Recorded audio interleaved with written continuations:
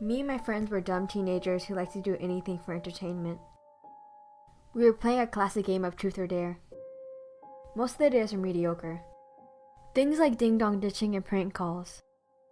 One of my friends asked me, Truth or Dare? I picked Dare, because the game was becoming a little boring. My friends smirked at each other, then dared me to go into the abandoned mall. The abandoned mall was pretty famous in our town. Everyone said it was haunted. It was rumored that if you went into the mall, you would never come out. No one knew who owned it or why it was abandoned, but the city just pretended like it didn't exist. That didn't stop dumb kids like us from breaking in and having fun. We drove up to the abandoned mall and I got out the car. I looked into the car window while I walked out, and I saw all of them laughing at me. I told myself I only had to make it 20 minutes. How bad can it be? I walked into the mall with confidence, but it quickly faded into the dark halls. Everything about that place just gave me the chills. There were lots of disfigured but realistic mannequins, broken store windows, and the mall was almost completely pitch black, except for the moon peering in from the ceiling windows.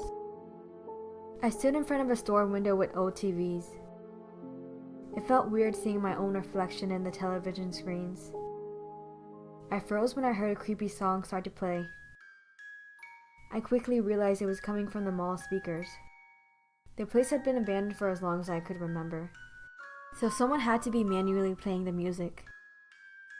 As I stared at the speaker on the ceiling, I realized I never heard that song before. I knew one thing for sure though. There was something else in the mall with me. One look at my phone told me I had 10 minutes left.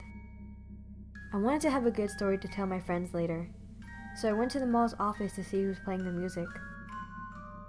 The closer I got, the louder the music became. I peered into the small glass window on the door. I saw a man sitting there, with his back turned to me.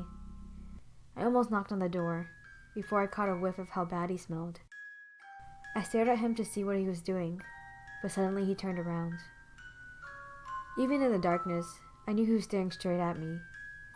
He almost didn't look human. While I was frozen in fear, he stood up. He was over 6 feet tall, towering over me. I hit the wall while backing up. I held in my screaming as I ran away.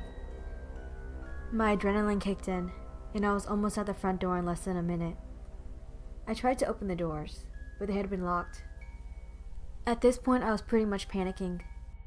No thoughts ran in my head other than get out. I sprinted into a nearby store and hid underneath the counter. The music stopped playing, and I almost felt relieved. But now that it was silent, I could hear footsteps getting closer to me. I sat there with my hands over my mouth, trying to muffle my breathing. I could hear him dragging something as he walked closer. I heard silence, and I peeked my head out from behind the counter. There was no one there. I was about to stand up, before I heard a voice whisper from behind me, "Found you."